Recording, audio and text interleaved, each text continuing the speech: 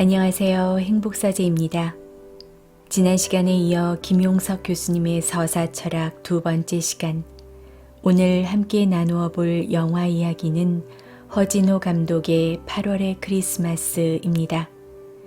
따뜻한 감성을 담아 오랜 시간이 지나도 많은 이들의 마음속에 아름다운 여운으로 남아있는 영화지요.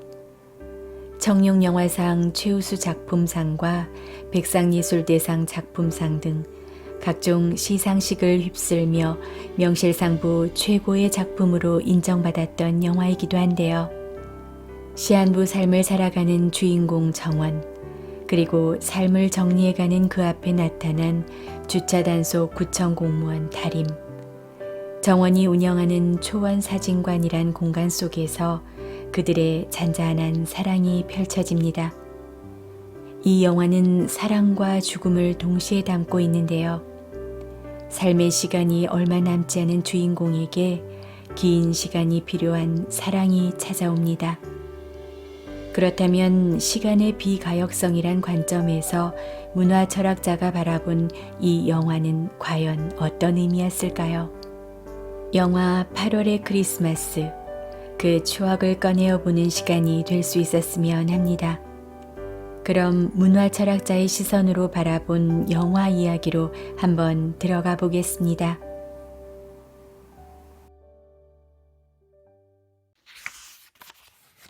(8월의) 크리스마스, 강화된 비가역성. 시간은 대칭성을 갖고 있지 않다. 시간이 존재한다는 것은 곧 시간의 과거, 미래 대칭성이 존재하지 않는다는 것을 의미한다. 시간은 한쪽 방향으로 진행하는 비가역성을 본질로 한다. 그 비가역성이 죽음을 향해 있고 죽을 때까지 남은 시간을 시한부라고 설정하게 되면 시간의 비가역적 특성은 더욱 부각된다. 허진호 감독의 8월의 크리스마스는 죽음이라는 강화된 비가역성을 서사의 바탕에 깔고 있는 작품이다. 이 한 가지 특성은 영화 서사의 다른 모든 내용, 사랑, 우정, 가족, 그리고 일상생활의 모습들을 결정짓는다. 남자 주인공 정환은 30대 중반으로 작은 사진관을 운영하고 있다. 그의 사진관에 다림이라는 발랄한 아가씨가 나타난다. 그녀는 정원의 사진관이 있는 지역에서 주차 단속을 하는 구청 공무원이다. 매일 비슷한 시간에 사진관 앞을 지나고 단속한 차량의 사진을 맡기는 다림은 차츰 정원의 일상에서 한 부분이 되어간다. 20대 초반의 다림은 당돌하고 생기가 넘친다.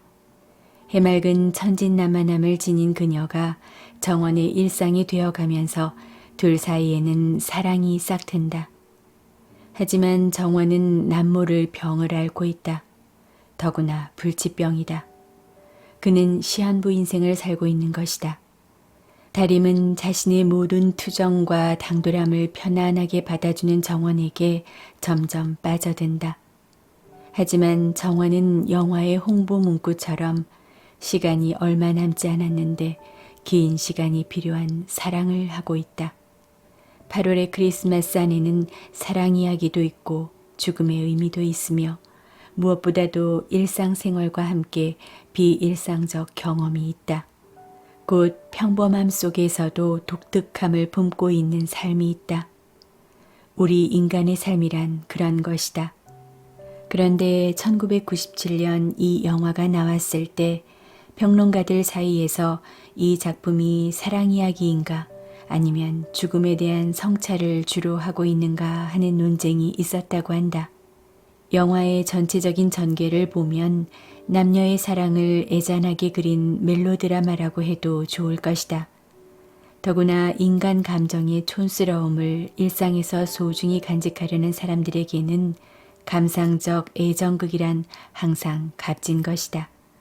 다른 한편 이 영화는 서사 구조에 죽음의 기능을 도입하지 않고는 작품으로 탄생할 수 없었다.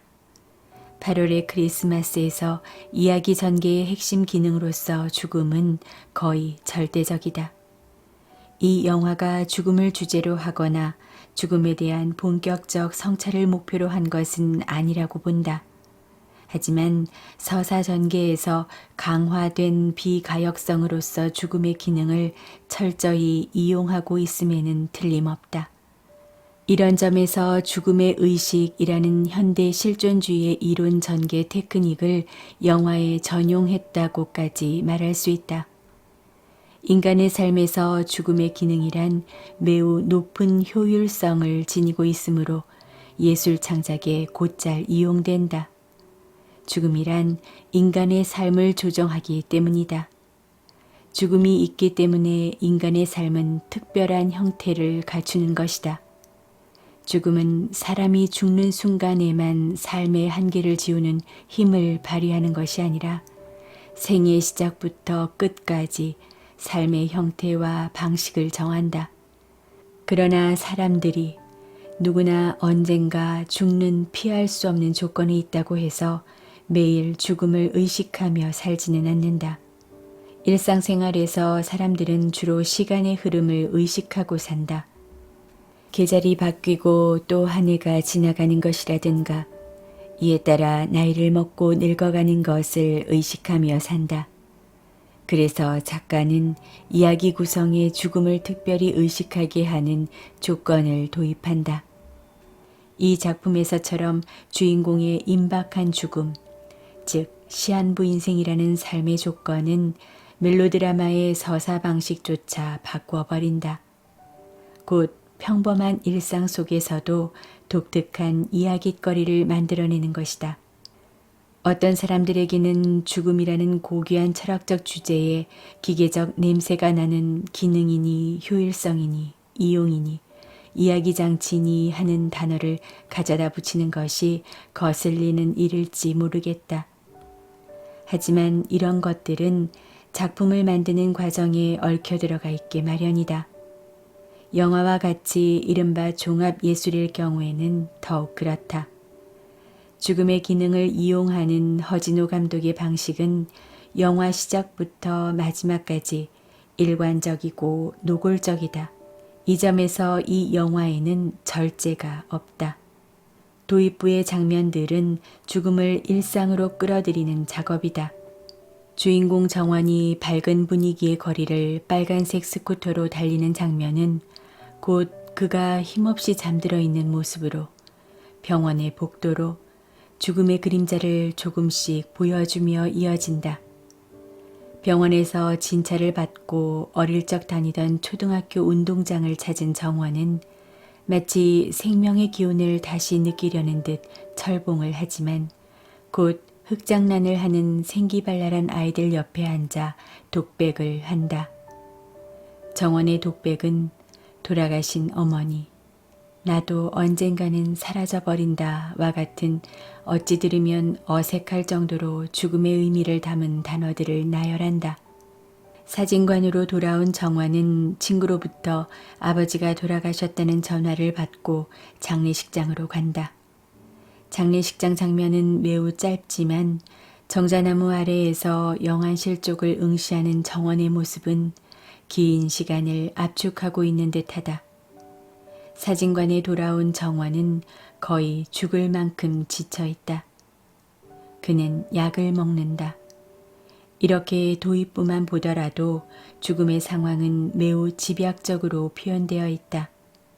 이러한 의도적 배치의 장면들은 영화의 종결부에서 클로즈업되는 정원의 영정사진으로까지 끊임없이 도드라지게 이어진다. 다만 일상에서 죽음을 의식하는 구도의 축은 남자 주인공 쪽에만 있다. 여자 주인공 다림은 정원이 시한부 인생을 산다는 것을 모르고 만난다. 어찌 보면 영화의 마지막 장면에서 다림이 이제는 고인이 된 정원의 사진관 쇼윈도에 걸려있는 자신의 사진을 보며 짓는 밝은 미소는 항시 죽음을 의식하며 살지는 않는 우리의 일상을 되돌려주려는 것인지 모른다. 다림도 시간의 흐름을 거역할 수 없는 비가역적인 삶을 살고 있지만 이제 소녀티를 막 벗은 발랄하고 청순한 여인이라는 점 때문에 오히려 죽음과 대비되는 생명을 표현하고 있다. 그것은 우리 일상의 소중한 한 면을 보여준다. 영화는 8월의 한여름에서 눈 내리는 크리스마스가 기대되는 한겨울까지의 이야기를 담고 있다. 두 사람의 깊은 사랑 이야기라는 점에서 그것은 짧지 않은 시간일지 모른다. 하지만 살 시간이 얼마 남지 않은 정원에게 8월은 이미 크리스마스에 성큼 다가서 있다. 아니, 어쩌면 정원은 크리스마스를 앞당겨 8월에 보내야 하는지 모른다. 시간은 비가역적이지만 사람의 마음은 가역적이기 때문이다. 눈 내린 겨울 사진관 앞에서 미소 짓고는 이내 등을 돌려 관객 쪽으로 성큼성큼 걷는 다림이 등장하는 몇십 초 안 되는 라스트 씬은 이 영화가 일상에서 흔히 볼 수 있는 사랑 이야기라는 것을 상기하게 한다. 영화의 전체적인 흐름은 확실히 멜로드라마의 틀 속에 있다. 길거리에서, 주유소에서, 공원에서, 비오는 날 오토바이 수리점 앞에서 등등 수많은 자기적 우연의 만남으로 이어지는 사랑 만들기 이야기와 적재적소에서 가슴을 흔들고자 하는 배경음악은 죽음을 앞둔 정원이 거리에서 주차 단속원으로 일하고 있는 다림의 모습을 카페의 창을 통해 손가락으로 어루만지는 장면에서 절정을 이룬다. 애절한 사랑 이야기가 보여주는 것도 비가역적인 조건에 있는 우리의 삶이다. 흘러가 버릴 사랑 이야기를 전해주고 있기 때문이다. 삶에서 흐름의 의미를 잘 보여주는 것은 사실 정원과 다림의 관계에서보다 정원과 그의 첫사랑 지원과의 관계에서이다. 지원은 몇 장면 등장하지 않지만 이 점에서 이야기의 중요한 역할을 한다. 정원은 스쿠터를 타고 동네 담장들이 늘어선 골목을 달린다. 정원은 맞은편에서 걸어오는 여자를 스쳐 지나간다. 여자는 멈칫하고 선다. 그리고 뒤돌아본다. 정원도 뒤돌아본다. 둘이 뒤돌아봄으로써 그들의 기억은 순간 과거로 돌아간다. 정원이 말한다. 오랜만이야. 이 말과 함께 둘은 다시 현재에 서 있다. 둘은 어색하게 몇 마디 주고받고는 곧 각자 가던 길을 간다. 기억이 가역적인 연출을 하더라도 우리의 삶은 어쩔 수 없이 비가역적이다. 며칠 후 지원이 정원의 사진관을 찾아온다. 둘은 초등학교 다닐 때의 추억을 더듬으면서 대화를 나눈다. 참으로 오래전에 아름다웠던 시절을 기억해내고는 마주보며 미소 짓는다. 지원은 정원의 병세를 걱정한다. 오빠 많이 아프다면서 심각해? 곧이어 병원으로 향하는 버스 안에서 정원은 쓸쓸히 독백한다. 세월은 많은 것을 바꾸어 놓는다. 서먹하게 몇 마디를 나누고 헤어지면서 지원은 내게 자신의 사진을 치워달라고 부탁했다. 사랑은 언젠가는 추억으로 그친다. 물론 다림에게도 사랑은 추억으로 그친다. 한때 있었던 아름다운 추억으로. 흘러가 버릴 사랑 이야기라는 통념에 대한 반전은 오로지 비가역적인 세계를 떠남으로써만 가능하다. 정원의 죽음은 그에게 영원히 간직할 사랑 이야기를 가능하게 하기 때문이다. 비가역적 세상을 떠난 정원에게는 다림과의 사랑이 더 이상 추억이 아니다. 정원이 없는 사진관 앞에서 미소 짓고는 성큼성큼 사라지는 다림의 모습과 함께 이제는 저 세상 사람이 된 정원의 독백이 흐른다. 내 기억 속의 무수한 사진들처럼 사랑도 언젠가는 추억으로 그친다는 것을 나는 알고 있었습니다. 하지만 당신만은 추억이 되질 않았습니다. 사랑을 간직한 채 떠날 수 있게 해준 당신께 고맙다는 말을 남깁니다. 비가역성이 강화된 이야기의 흐름 그 끝에서 우리는 가역성의 신비를 본다. 오늘 낭독은 여기까지입니다. 함께 해주셔서 감사합니다. 행복한 하루 보내세요.